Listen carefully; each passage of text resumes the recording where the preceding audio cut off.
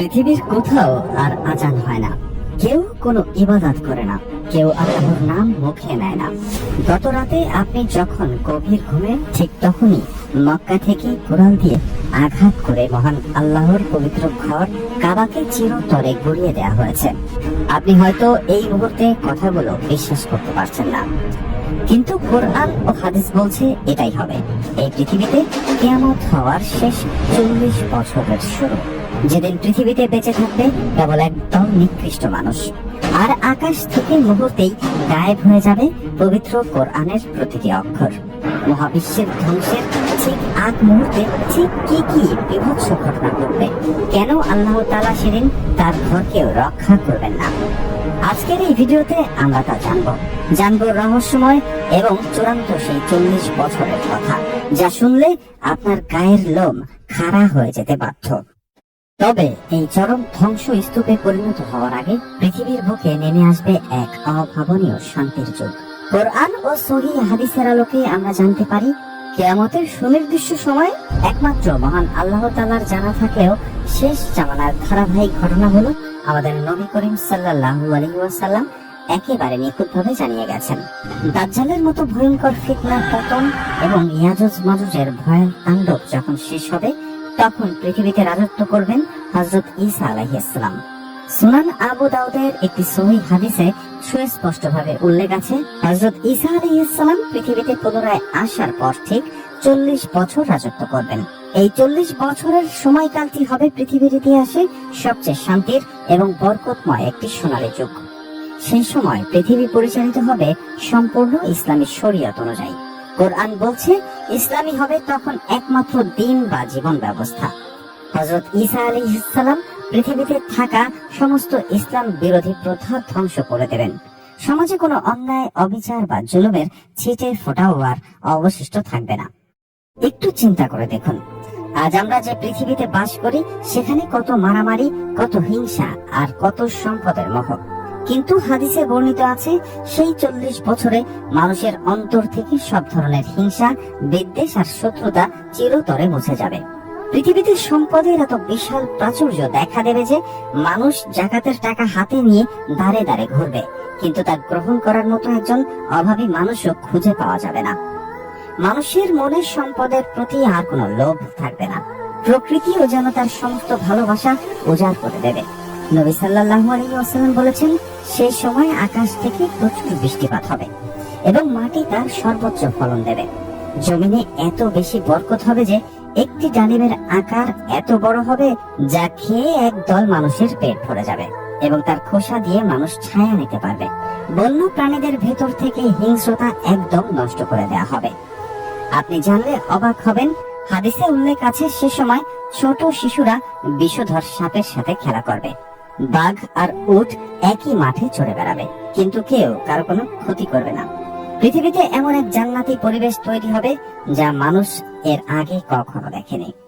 দীর্ঘ 40 বছরের এই ন্যায়নিষ্ঠ রাজত্ব শেষে হযরত ঈসা আলাইহিস সালাম স্বাভাবিক মৃত্যুবরণ করবেন। মুসলিমরা অত্যন্ত সম্মান ও ভালোবাসার সাথে তার জানাজা আদায় করবেন এবং তাকে দাফন করবেন। আর ঠিক এর পর থেকেই পৃথিবীর দৃশ্যপট আবার বদলাতে শুরু করবে। শান্তি আর ন্যায়ের যুগ শেষ হয়ে মানুষ ধীরে ধীরে এমন এক অন্ধকার খাদের দিকে এগিয়ে যাবে যেখান থেকে আর কোনো ফেরার পথ নেই।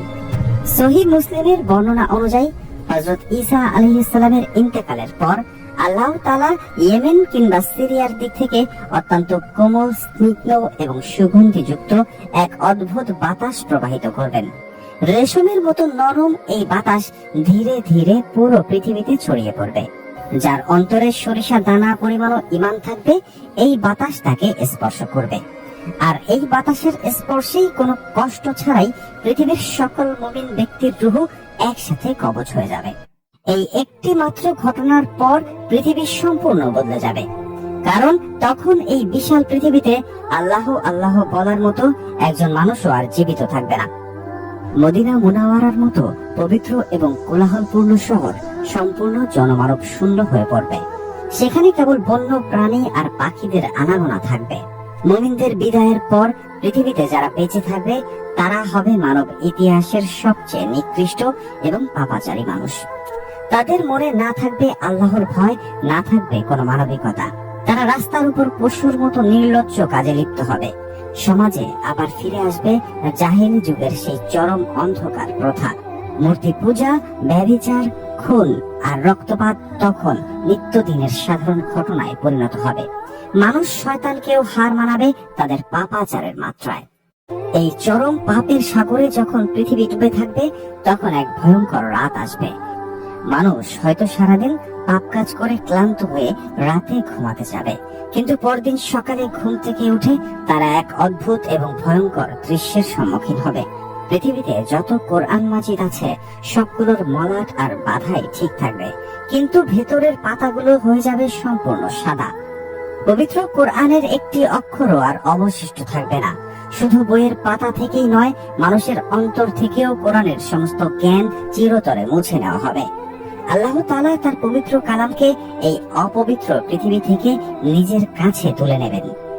আজ হয়তো আমরা কোরআনকে সুন্দর মালাতে মুড়িয়ে আলমারির সবচেয়ে উঁচুতে সাজিয়ে রাখি, কিন্তু যেদিন কোরআনের অক্ষরগুলো সত্যি হারিয়ে যাবে, সেদিন আর আফসোস করার মতো কোনো সুযোগ থাকবে না।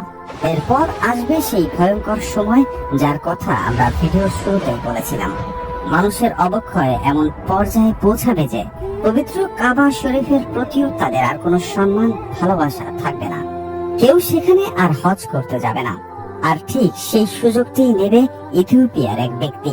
হাদিসে বর্ণিত আছে, অত্যন্ত দুর্বল এবং চিকন পা বিশিষ্ট এক হাবশী তার দলবল নিয়ে মক্কার দিকে রওনা হবে।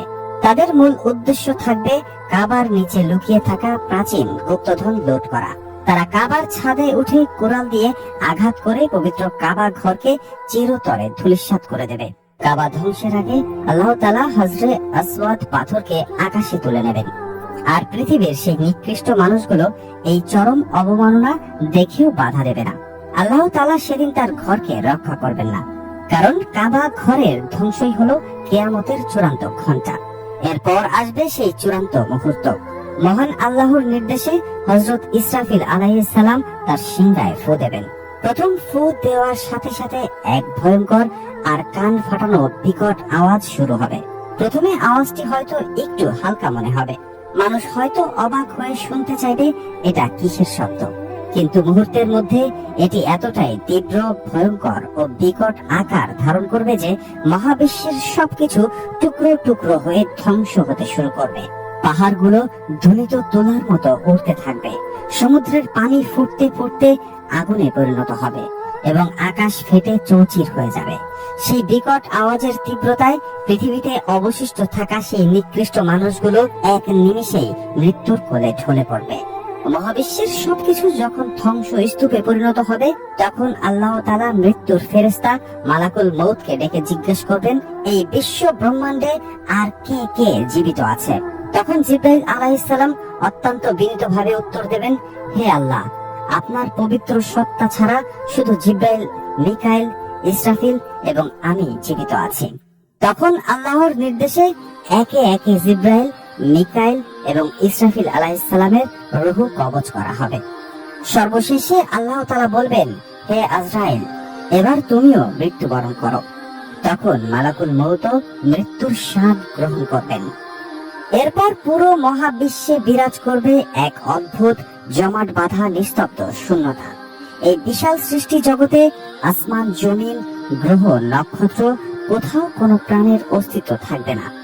শুধু একমাত্র মহান অধিপতি আল্লাহ সুবহানাহু ওয়া তাআলা স্বমহিমায় বিরাজ করবেন।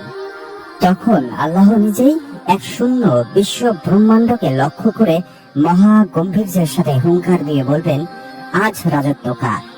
পুরো মহাবিশ্বে কেউ উত্তর দেওয়ার মতো থাকবে না। তখন আল্লাহ নিজেই উত্তর দেবেন, আজকের রাজত্ব একমাত্র প্রবল পরাক্রমশালী আল্লাহর। সহিহ বুখারী ও মুসলিমের বর্ণনা মতে এই প্রথম ফু এবং দ্বিতীয় ফু এর মাঝখানে 40-এর একটি দীর্ঘ ব্যবধান থাকবে। অনেক ইসলামী স্কলারদের মতে সবকিছু ধ্বংস হওয়া এবং পুনরুত্থানের মধ্যবর্তী এই সময়কালটি হবে 40 বছর। এই দীর্ঘ 40 বছরের নিস্তব্ধতার পর আল্লাহ তাআলা হযরত ইসরাফিল আলাইহিস সালামকে পুনরায় জীবিত করবেন। আর যখন দ্বিতীয়বার সিংহায় ফু দেওয়া হবে, তখন একটি বিকট শব্দের সাথে হাজার হাজার বছর মাটিতে মিশে থাকা মানুষগুলো মাটি ফুঁড়ে আবার জীবিত হয়ে উঠবে। শুরু হবে হাসরের ময়দানের সেই সুদীর্ঘ এবং ভয়ঙ্কর দিন। সেদিন সূর্য মাথার খুব কাছে চলে আসবে। মানুষ তার নিজ নিজ পাপের পরিমাণ অনুযায়ী ঘামের মধ্যে হাবুডুবু খেতে থাকবে। সেদিন প্রতিটি মানুষকে তার কৃতকর্মের হিসাব দিতে হবে মহান আল্লাহ তাআলার সামনে। কিয়ামতের এই ভয়াবহ দিনগুলোর কথা কোনো রূপকথা বা বানানো গল্প নয়। কোরআনে বর্ণিত আছে এবং হাদিসে সুস্পষ্টভাবে উল্লেখ আছে যে এই দিনগুলো আমাদের সামনে অবশ্যই আসবে। আমরা হয়তো নিজেদের জীবনের ব্যস্ততায় ভাবছি সেই দিন এখনো অনেক দূরে, কিন্তু সময়ের কাঁটা অবিরাম তার গন্তব্যের দিকে ঘুরছে। কিয়ামতের অনেক আলামতই আজ আমাদের চোখের সামনেই ধীরে ধীরে বাস্তবায়িত হচ্ছে। এই দুনিয়ার চাকচিক্য, সম্পদের মোহ আর ক্ষমতার অহংকার সেদিন আমাদের কোনো কাজেই আসবে না। তাই সময় থাকতেই আমাদের উচিত মহান আল্লাহর দিকে ফিরে আসা, নিজেদের আমলগুলোকে শুধরে নেওয়া। কারণ যেদিন সেই সুগন্ধি বাতাস পৃথিবীতে বইবে, সেদিন যেন আমাদের অন্তর ঈমান শূন্য না থাকে। মহান আল্লাহ আমাদের সবাইকে ঈমানের সাথে বেঁচে থাকার এবং ঈমানের সাথে মৃত্যুবরণ করার তৌফিক দান করুক।